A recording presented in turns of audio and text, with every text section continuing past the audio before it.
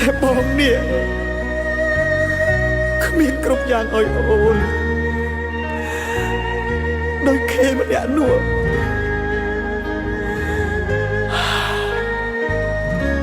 អូនទៅចោល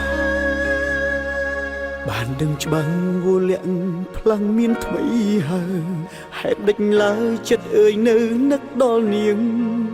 ត្បិតយើងធ្លាប់ជាសង្សារនឹងគ្នាមែនតែពេលនេះបានបដូរផ្លាំងអងទៅហើយព្រួងអូនសម្រេចចិត្តជ្រើងរូបគេបងគ្មានទៀតទេនៅក្នុងបេះដូងបងក៏តាមចិត្តអូនទាំងធ្លាយទ្រូងឲ្យតែស្ងួនអូនពិតជាបានក្តីសុខជីវិតអូនរស់បានសុខហើយតែកុំឲ្យដឹងឡើយ